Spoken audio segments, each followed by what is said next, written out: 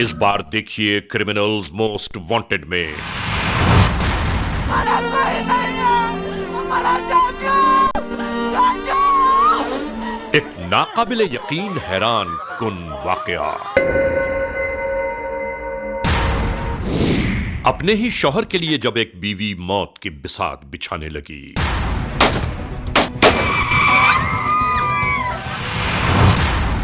सियालकोट में आश्कार होने वाली एक नई हकीकत जानिए। लोगों को शहर में फायर लग रहे हैं, मुल्जिमान दंदनाते हुए फरार हो रहे हैं।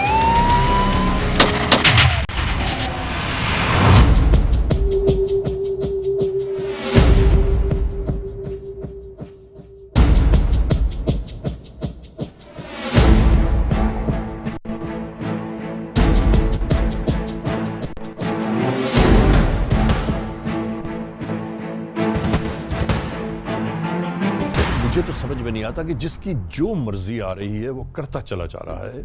इन सारी चीजों को बहुत सख्ती से रोकने की जरूरत है। जुर्म की तारीख रविश पर दौड़ते हुए मुजरिमों की तलाश में क्रिमिनल्स मोस्ट वांटेड। कानून के निगहबानों और जराइम पेशा अफराद की कशमकश के दरमियान रिकॉर्ड किए हुए प्रोग्राम क्रिमिनल्स मोस्ट वांटेड। नाजरीन, क्रिमिनल्स मोस्ट वांटेड के हर एपिसोड में हम हमेशा यही तो कहते हैं कि हम इंसाफ और कानून की बालादस्ती चाहते हैं और सरकूबी चाहते हैं उन मुल्क दुश्मन अनासिर की कि कानून जिनके लिए महज एक मजाक है। इंसाफ और कानून की यही सरबुलंदी हमारे इस प्रोग्राम का मरकजी ख्याल है कि जिसका नाम है क्रिमिनल्स मोस्ट वांटेड। तो आइए, हमेशा ही की तरह सबसे पहले हम आप सबको ले जा रहे हैं अपने क्राइम स्टेटमेंट बोर्ड की जानिब के जहां आप देखते हैं कि इस हफ्ते पूरे मुल्क में सरजद होने वाले जराइम की आदाद और शुमार क्या रहे। सिटीजन पुलिस लजान कमेटी यानी CPLC और हमारी यकजा की गई तफसीलात के नाते इस हफ्ते पूरे मुल्क में सरजद होने वाले जराइम की आदाद और शुमार। व्हीकल थेफ्ट के नाते कार मोटरसाइकिल्स के चोरी या छीन लिए जाने के वाकयात इस बार हुए 71। स्ट्रीट क्राइम के नाते जो अवाम अक्सर महरूम हो जाते हैं अपने कैश, ज्वेलरी, लैपटॉप या खास तौर पर अपने सेलुलर फोन से, ये मामलात रहे 186। किडनैपिंग फॉर रैंसम यानी अगवा बराए तावान में इस बार मंजर-ए-आम पर आने वाले केसेस हैं 2। चोरी, डिकोइटी या रॉबरी में लिखे गए केसेस पूरे मुल्क से यकजा किए गए आदाद शुमार के नाते ये तफसीलात हैं 1491। नाजरीन, आपने देखा सिटीजन पुलिस लजान कमेटी यानी CPLC और हमारी यकजा की गई तफसीलात के नाते इस हफ्ते पूरे मुल्क में सरजद होने वाले जराइम के आदाद और शुमार क्या रहे। और अब हम आप तमाम दोस्तों को ले जा रहे हैं उस मोड़ की जानिब के जहां हम आपके लिए लेकर आते हैं नई case file. Criminals most wanted case episode में नाजरीन आज हम आप तमाम दोस्तों की तवज्जो चाहते हैं सियालकोट की जानिब। नाजरीन, सियालकोट में सरजद होने वाला जुर्म का एक अजीब और गरीब वाकया कि जिसे देखकर और सुनकर अक्ल महवे हैरत रह गई कि आज के इस मुआशरे में बसने वाले लोग किस नहज तक जा पहुंचे हैं, किस मोड़ पर जाना चाहते हैं। और फिर मैं आपको एक बात जरूर बताना चाहता हूं नाजरीन कि एक हंसता मुस्कुराता घराना जिसे अपने ही हाथों सुलगती हुई आतिश के हवाले कर दिया गया, और ये सब कैसे हुआ, इन तमाम मामलात के पीछे कौन से हालात, वाकयात, मुहर्रिकात पिन्हा हैं, ये सब कुछ हम मुकम्मल तौर पर criminals most wanted case episode में आपके लिए पेश कर रहे हैं। तो मुलाहिजा कीजिए आज के जुर्म की दास्तान।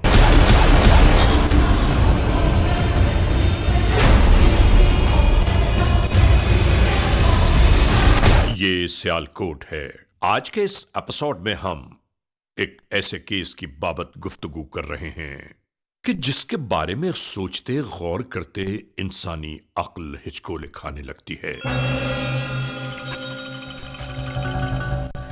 जहन अजीब मदारिज में गर्दिश करने लगता है कि आखिर आज की दुनिया में बसने वाले लोग अक्सर अपनी ही जिंदगी को खुद अपने ही हाथों तमाशा बना लेते हैं, और इसके बाद दुनिया के लिए ये आप बीती तमाशा ही रहती है।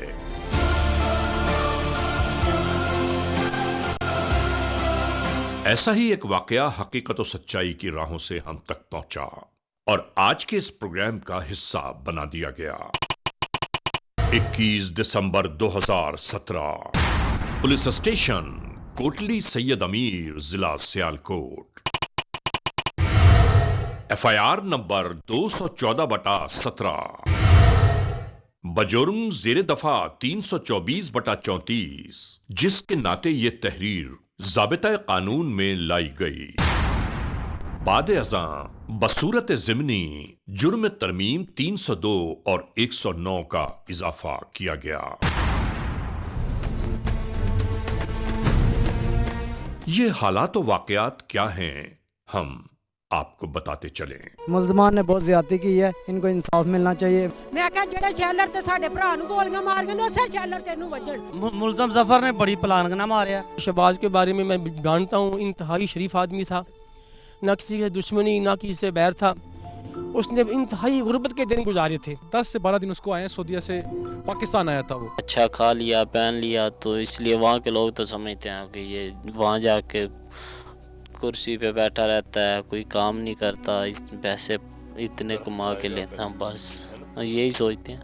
तो लेकिन यहाँ पे मजदूरी, जो इतने पढ़े लिखे लोग हैं वहाँ पे उनके लिए पास नौकरियाँ नहीं हैं, यहाँ आके मजदूरी कर रहे हैं, रोते हैं, साथ साथ काम करते हैं। तो मैं इतना पढ़ा हूँ, मैं मतलब कि इधर आके ये देखो मजदूरी कर रहा हूँ। इधर तो नहीं करेंगे तो ऊपर कर्जा बढ़ता जाएगा, मजदूरी तो लाजमी करनी है। इधर ये तो नहीं पाकिस्तान की तरह एक कमा रहे हैं तो 5 खा रहे हैं, फिर भी गुजारा हो रहा है। तमाम जिंदगी खुशहाली में गुजर सके, और यही हर एक का मतमय नजर होता है।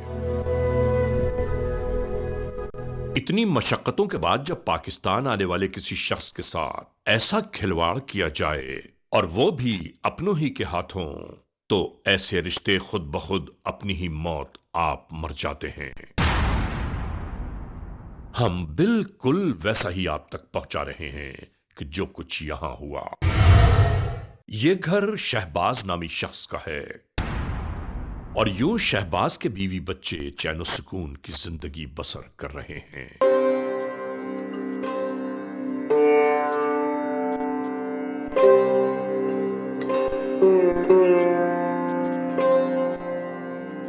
इन तमाम बातों के बावजूद अक्सा नामी औरत की मसरूफियात भी किसी से ढकी छुपी नहीं।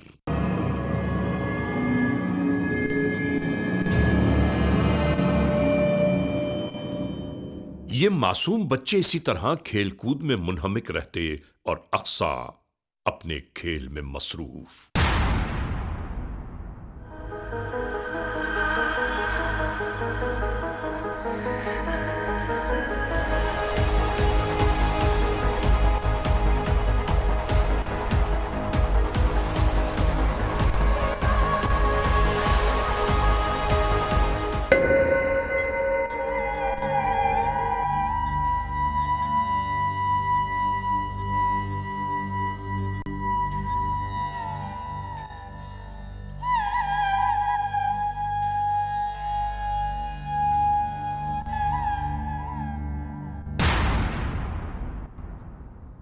और अक्सर इसी तरह रात के गुजरते गुजरते एक नया खेल शुरू हो जाता।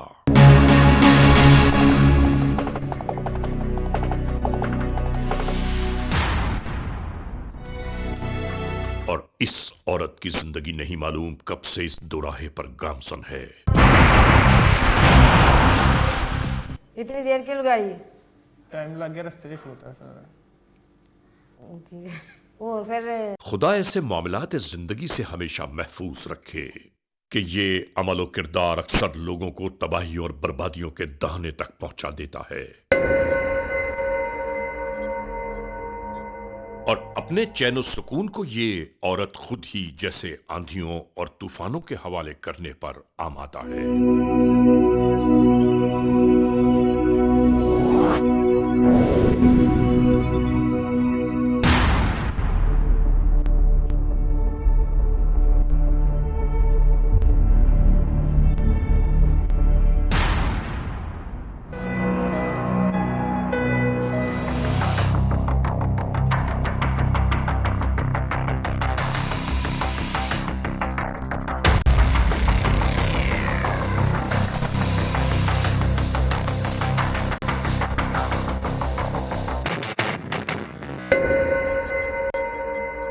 देले गांव है, सियालकोट का सरसब्ज व शादाब इलाका, जहां जिंदगी चैन और सुकून के साथ बीत रही है।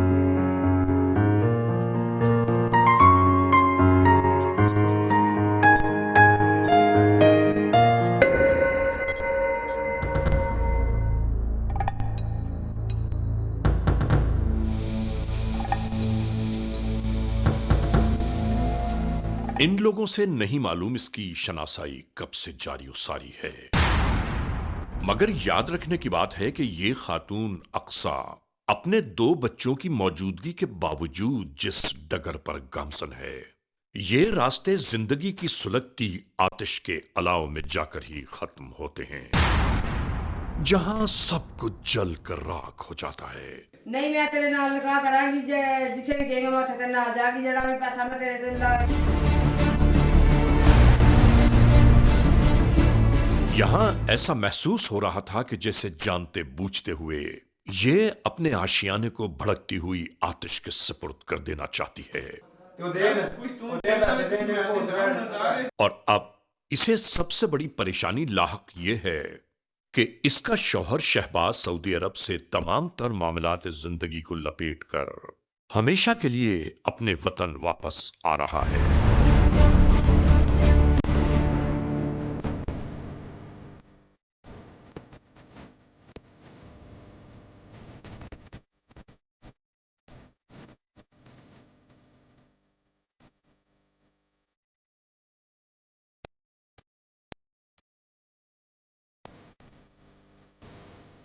और इसी उलझन का हल निकालने की खातिर अपने शौहर को हमेशा के लिए मुल्क अदम भेजने की प्लानिंग कर रही है।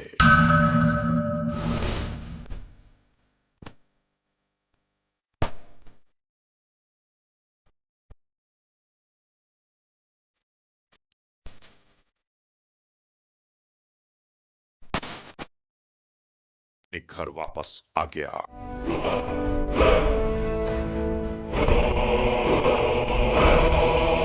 और आखिरकार शहबाज मुस्तकिल तौर पर पाकिस्तान आ गया।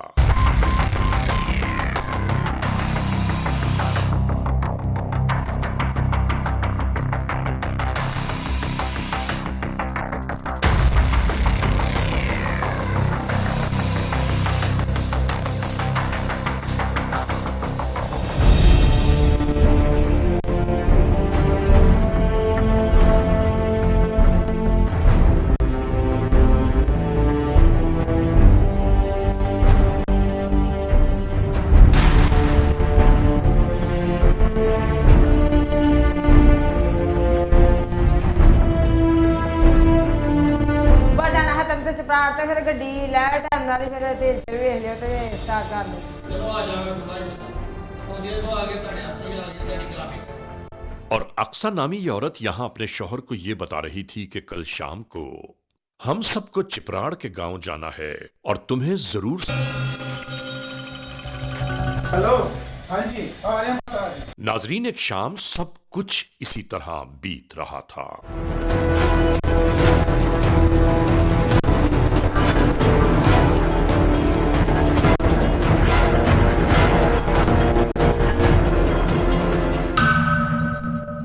आती जाती गाड़ियों के दरमियान अचानक ही एक नई दास्तान सर उभारने लगी। देखते ही देखते कयामत का एक मंजर निगाहों के सामने था। इस गाड़ी में मौजूद अफराद चीखो पुकार आहोजारी करने लगे। आलम खौफ में सुजुकी कैरी से बरामद होने के बाद इन लोगों को पता चला कि आगे बैठे दोनों भाई शदीद जख्मी हैं।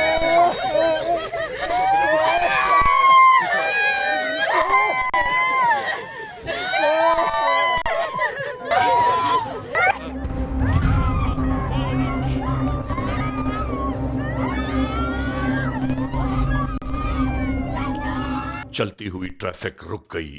मुतासिरीन मदद के लिए फरियादें करने लगे और नाजरीन, इस मुआरके में वो सब कुछ हो गया जो नहीं होना चाहिए था, जिसकी तैयारियां किसी गैर की नहीं बल्कि अपनों ही की मरहून मिन्नत हैं।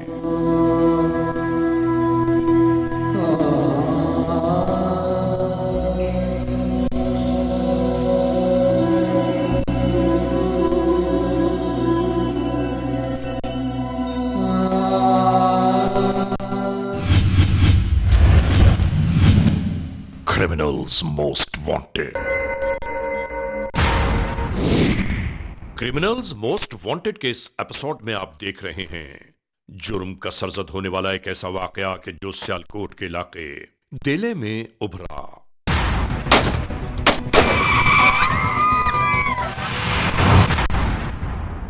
बिल्कुल यूं ही इन जख्मियों को फौरी तौर पर अस्पताल की जानिब रवाना कर दिया। इस गंभीर खबर के मिलते ही इलाका पुलिस के एहलकार भी अस्पताल की जानिब ईद जाने के बाद गांव देले में हर जानिब जैसे मौत के सन्नाटे महसूस होने लगे। लोग सहमे हुए डरे डरे कि नहीं मालूम कब कहां से क्या खबर आ जाए। और फिर यही हुआ। एक मायूस कुन खबर पूरे गांव को अपने लपेट में ले चुकी थी।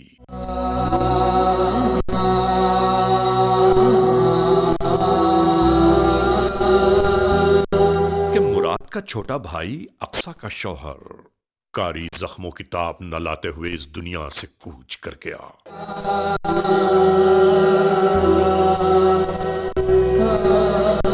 खुदा नाजरीन दिल हिला देने वाला था ये मंजर, जैसे कयामत की कोई घड़ी हो।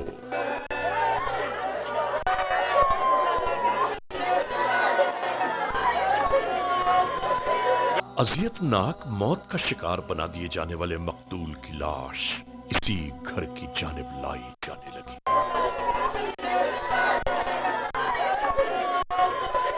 इस कर्बनाक मरहले में हमारी दुआ है कि ऐ मालिक दो जहां, पूरी दुनिया के इंसानों को हमेशा बलाए नागानी से महफूज रखना।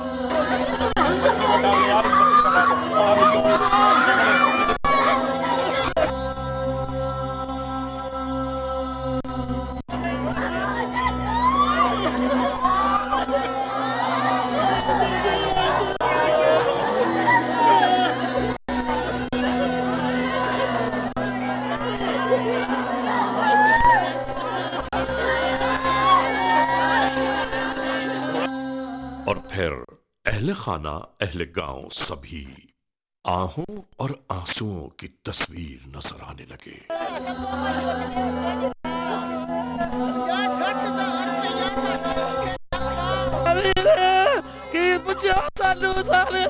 कोई गल नहीं जी हमारे चाचू का जिसना उसने मारा उसे भी फांसी का हुक्म होना चाहिए। हमारे चाचू का जिसना उसने मारा हमारे चाचू का भी जिसना होना चाहिए। हमारा कोई नहीं है। हमारा चाचू चाचू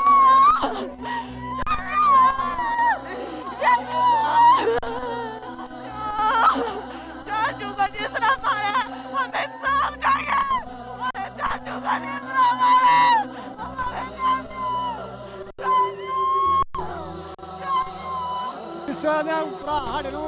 गोलियां मार के सैलर दे उत्थे गोलियां बचनियां चाहिए। मेरे तो मैं कल आख्या सी मेरे वीर दा कां लछणी है साडी गल नु कातली नु गोली बचे त्रमां नु एक नु नहीं त्रमां नु बचे गोली मैं वो थां भी मेरा।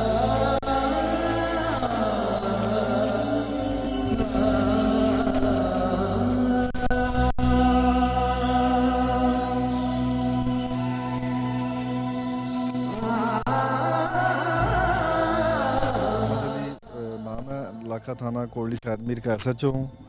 ये जो वकूआ हुआ है शहबाज मकतूल जो है ये ज़ख्मी हालत में इसको हॉस्पिटलाइज करवाया गया। ये 3 दिन ज़ख्मी रहा, उसके बाद ये एक्सपायर हो गया ज़ख्मी हालत में। इसका पोस्टमार्टम करवा लिया। इंशाल्लाह जो मुल्ज़मान हैं इनको कैफ़रे किरदार तक पहुँचाएँगे इंशाल्लाह हर सूरत में। ये जो जुल्म है ये बहुत बड़ा जुल्म हुआ है। ये मुल्ज़मान को इंशाल्लाह कैफ़रे किरदार तक पहुँचा के दम लेंगे।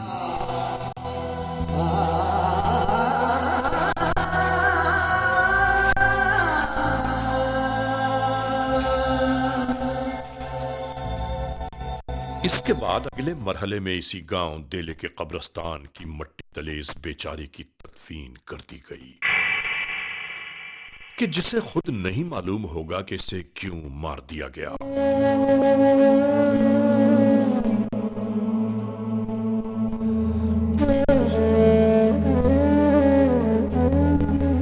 या इस बेचारे के कत्ल के पीछे किसकी साजिश कामयाब हो गई। बाद अपने पराए सब यूं ही अपनी अपनी जिम्मेदारियां पूरी करते हुए यूं ही रवाना हो गए। Criminals most wanted.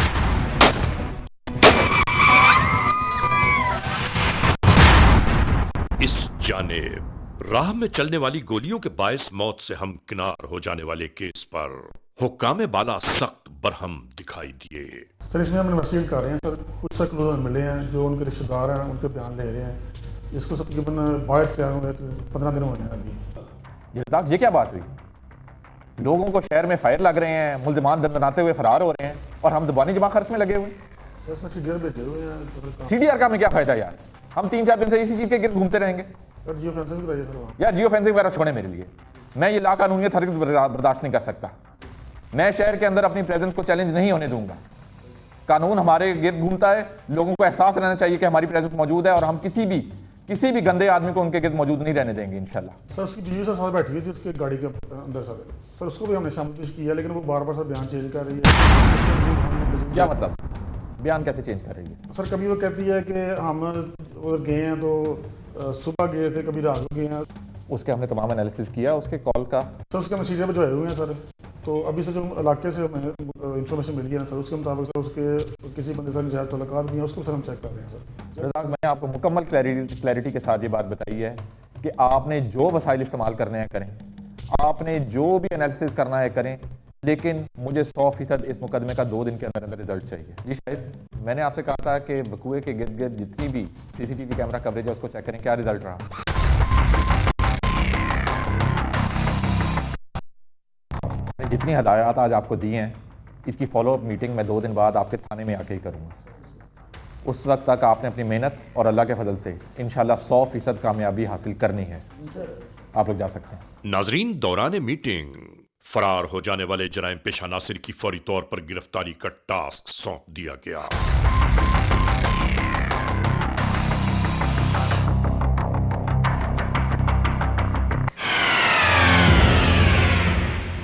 नाजरीन, इस पूरे गांव और इसकी राह गुजर पर सादलिबाज कानून के एहलकार मुस्तकिल इस छानबीन में थे कि आखिर ये कत्ल क्यों हुआ, वो कातिल कौन थे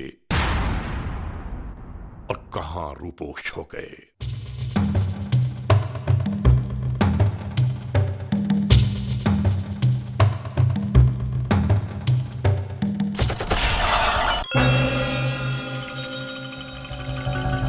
इंशाल्लाह जल्दी इनको राउंड अप करेंगे।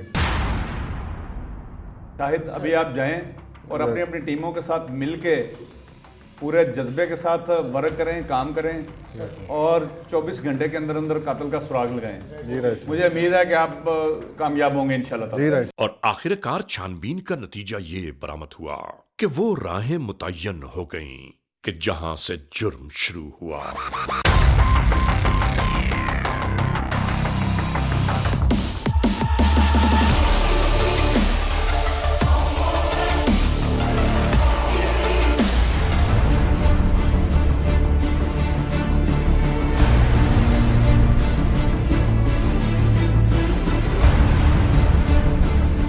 आखिरकार कानून के एहलकार इस मोड़ तक आ पहुंचे कि जिसकी निशानदेही इनसे की गई।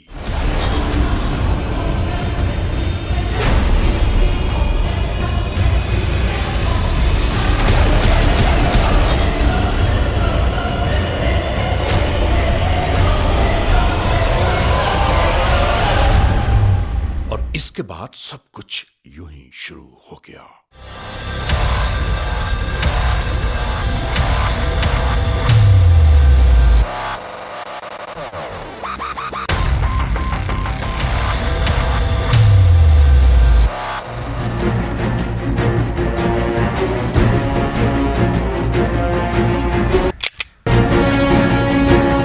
किसी के वहम गुमान में भी न होगा जो यहां जारी था।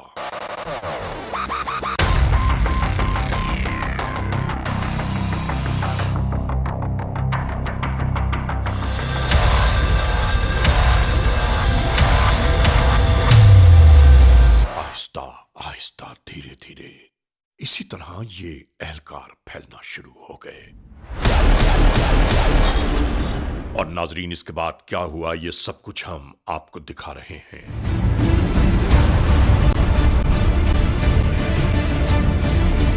अंदर की जानिब आने वाली आहट ने इन्हें चौंका दिया।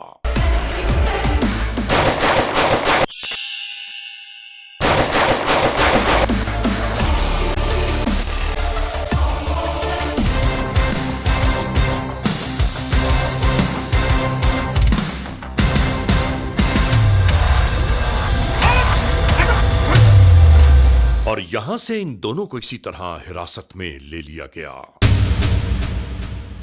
नाजरीन, जामा तलाशी के दरमियान जो इब्तिदाई मालूमात हासिल की गईं, वो हर एक के लिए हैरान कुन थीं।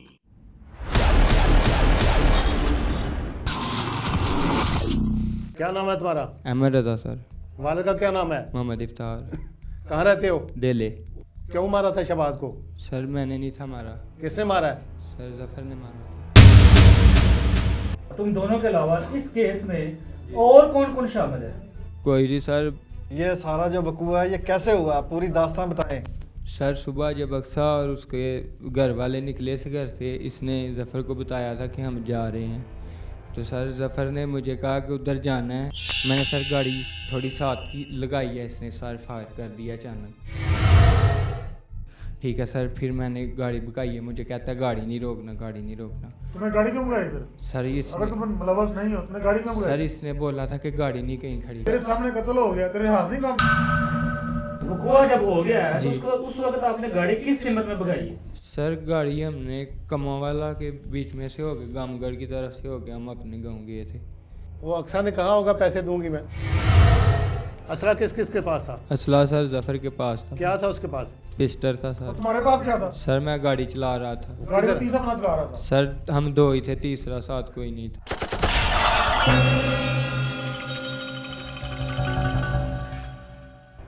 क्या नाम है तुम्हारा? जफर बास। वालिद का नाम क्या है? मोहम्मद शरीफ। कहाँ रहते हो? दहेले सर। तो क्यों कत्ल किया शहबाज को? सर उसकी बीवी ने कहा था। क्या कहा था उसने? बीवी ने क्यों कहा था? सर वो शादी करना चाहती थी। कैसे? मुझसे सर। तुम्हारा उससे तल्लक था? जी सर। कितनी देर से? 2 साल से सर। 2 साल से? जी। फिर कैसे हुआ उनको?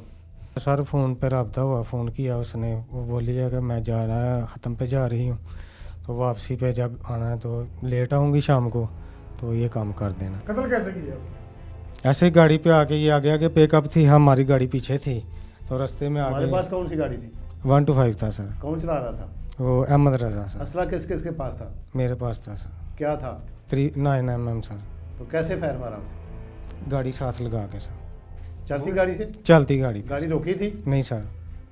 तुम्हें पता कितना जुल्म किया तुमने? बहुत किया सर, बड़ा। छोटे बच्चे हैं उसके, उस नाम औरत को शर्म आई ना, तुम्हें शर्म आई? सर उसने मुझे मजबूर किया। क्या मजबूर किया था उसने? यही कि इसको ख़त्म करने के लिए। क्यों? क्यों?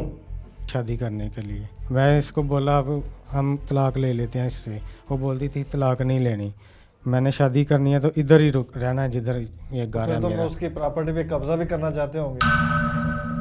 क्या बिगाड़ा था उसने तुम्हारा? सर उसने मुझे कुछ नहीं बिगाड़ा।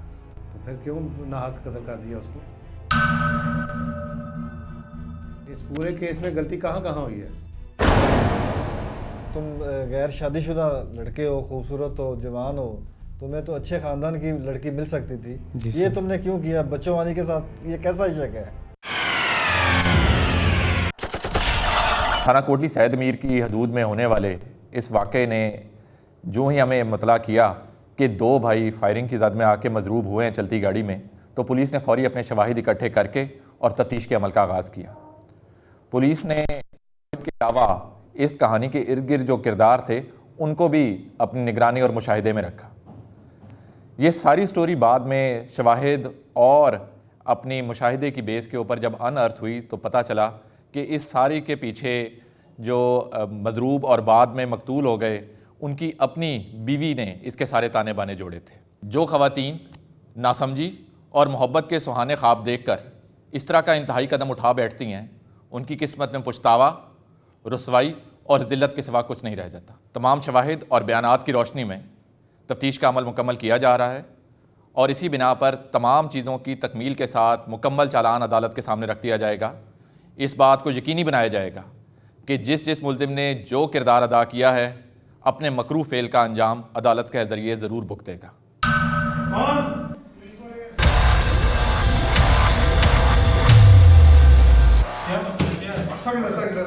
नहीं है इधर अक्सा बुलाओ अक्सा नहीं इधर नहीं है इधर अक्सा नीचे आओ जल्दी वो आ गई अक्सा इधर आओ नीचे तुम्हारा शोर कत्ल हुआ है ना उसके बारे में तो बात कर जल्दी।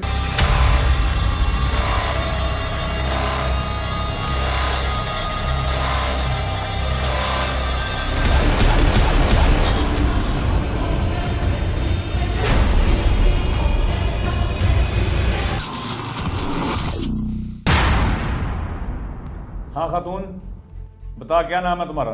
शोहर भी मेरा मारा गया और मेरे नाम से आपको क्या है? कातल ढूंढने के लिए तुम्हें बुलाया बीबी। क्या नाम है तुम्हारा? मेरा नाम अक्सा है। कितने बच्चे हैं तुम्हारे? 2। कौन कौन से? एक सुबान और एक फातिमा। ये शोहर तुम्हारा कैसे कत्ल हुआ है? मुझे क्या पता। सऊदी अरब में तुम्हारा शोहर कितनी देर से था? 17 साल से। पैसे भेजता था? हाँ। कोई नाराजगी तो नहीं थी अपने शोहर से? नहीं। तुम्हें परेशान तो नहीं करता था? नहीं। कत्ल कैसे हो गया वो? मुझे क्या पता साहब। लोग तो कह रहे हैं कि कत्ल में तुम्हारा भी हाथ है। मैं उसकी बीवी हूँ, मैं उसकी कातिल थोड़ी हूँ। बीबी कैसे कत्ल हुआ तुम्हारा शोहर? मुझे समझ में नहीं आ रहा, मुझसे सवाल क्यों कर रहे हैं? हाँ भाई, क्या कहते हो तुम लोग? सर सारे शवाहद जो है एविडेंसेस इसके खिलाफ जाते हैं सर। सर मैंने भी इसको खुफिया तरीके से पता करवाया है और मुख्तलिफ लोगों से जो है वो इंटरव्यू किए हैं खुफिया तरीके से, तो सारी डायरेक्शन जो है वो इसकी तरफ जा रही है। मैं पूछना चाहती हूँ कि मुझे क्यों इस तरह किया गया कि मेरे बच्चे भी यतीम हो गए, मेरा हावन भी मारा गया। ये जफर कौन है? मैंने पूछा जफर कौन है? मैं नहीं जानती। बीबी सारी बात का पता चल गया, पूरे गांव ने हमें बता दिया, आप अपने मुंह से बताएं। जिस दिन तुम कुल शरीफ से वापस आ रही थी, वहां से चलते हुए तुमने किसको मिस कॉल की थी? मैंने क्या पूछा, जवाब दो। मैंने क्या पूछा बीबी तुमसे? जवाब दो। मुझे नहीं पता। मेरी बहन, मेरी बेटी, जो हम पूछ रहे हैं वो बता दो। क्या पूछ रहे हैं आप? कौन है तुम्हारे शोहर का कातिल? हाँ बताओ, बोलो। मैं नहीं जानती। बीबी जानती तो तुम वो सब हो जो हम जानते हैं। हम तुम्हारे मुंह से सुनना चाहते हैं। क्या हुआ था, पूरी बात बताओ। सर वो एक रात मेरे घर आया था और वो मेरे घर आकर बोल रहा था कि तुम्हारा शोहर को वापस कब जाएगा। मैंने उससे कहा था कि वो मेरा शोहर वापस नहीं जाएगा, वो इधर ही पाकिस्तान ही रहेगा। तो उसको बहुत गुस्सा आया था, तो उसने कहा था मैं तुम्हारे शोहर को मार दूंगा। शायद उसने मार दिया होगा। लानत तेरी शक्ल पे, अपने बच्चों को अपने हाथों से यतीम कराया। नाजरीन, आखिर में हम ये बात जरूर कहना चाहते हैं, खास तौर पर उन लोगों से कि जो अपने सच्चे रिश्तों को पामाल करके खुशियों के मुतलाशी हैं। याद रखिए, ये तलाश तबाहियों और बर्बादियों की अताह गहराइयों तक ले जाती है और वहां भी कुछ हाथ नहीं आता सिवाय निदामत, शर्मिंदगी और रुसवाइयों के। बीबी हमसे क्या माफी मांगती हो? मरने वाले के वालिद से माफी मांगो, उसके बच्चों से माफी मांगो, उसके भाइयों से माफी मांगो, उसके खानदान वालों से माफी मांगो और अल्लाह से माफी मांगो। अब ये फैसला तो अदालत ही करेगी। ले जाओ इसको।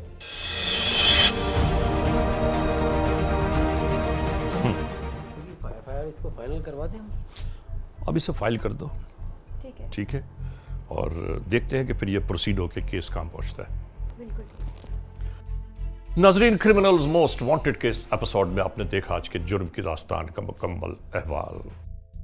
हमने आपको दिखाया कि एक औरत ने अपने ही हाथों अपने मासूम बच्चों को यतीमी की चादर उड़ा दी और खुद बेवा हो गई। और ये सब कुछ कैसे हुआ, क्यों हुआ, इनके हालात, वाक़यात, महरक़ात क्या थे नाजरीन, ये सब कुछ हमने आपको आज के इस एपिसोड में दिखाया। इसके बाद न कुछ कहने को रह जाता है और न कुछ सुनाने को। बस कहना यह है कि खुदा न खास्ता अगर ऐसे हालात, ऐसे वाक़यात, ऐसे मामलात मुल्क के किसी भी कोने में रूनुमा हुए हैं या हो रहे हैं तो बराह करम कानून के हाथ मजबूत कीजिए, हमें इत्तला दीजिए और याद रखिए कि इत्तला देने वाले का नाम हमेशा इसी गैराज में रखा जाता है, cmw@arYnews.tv, या हमसे फेसबुक पर राबिता कायम कीजिए, यानी अली रजा cmw@gmail.com, और आइंदा एपिसोड तक इंतजार कीजिएगा।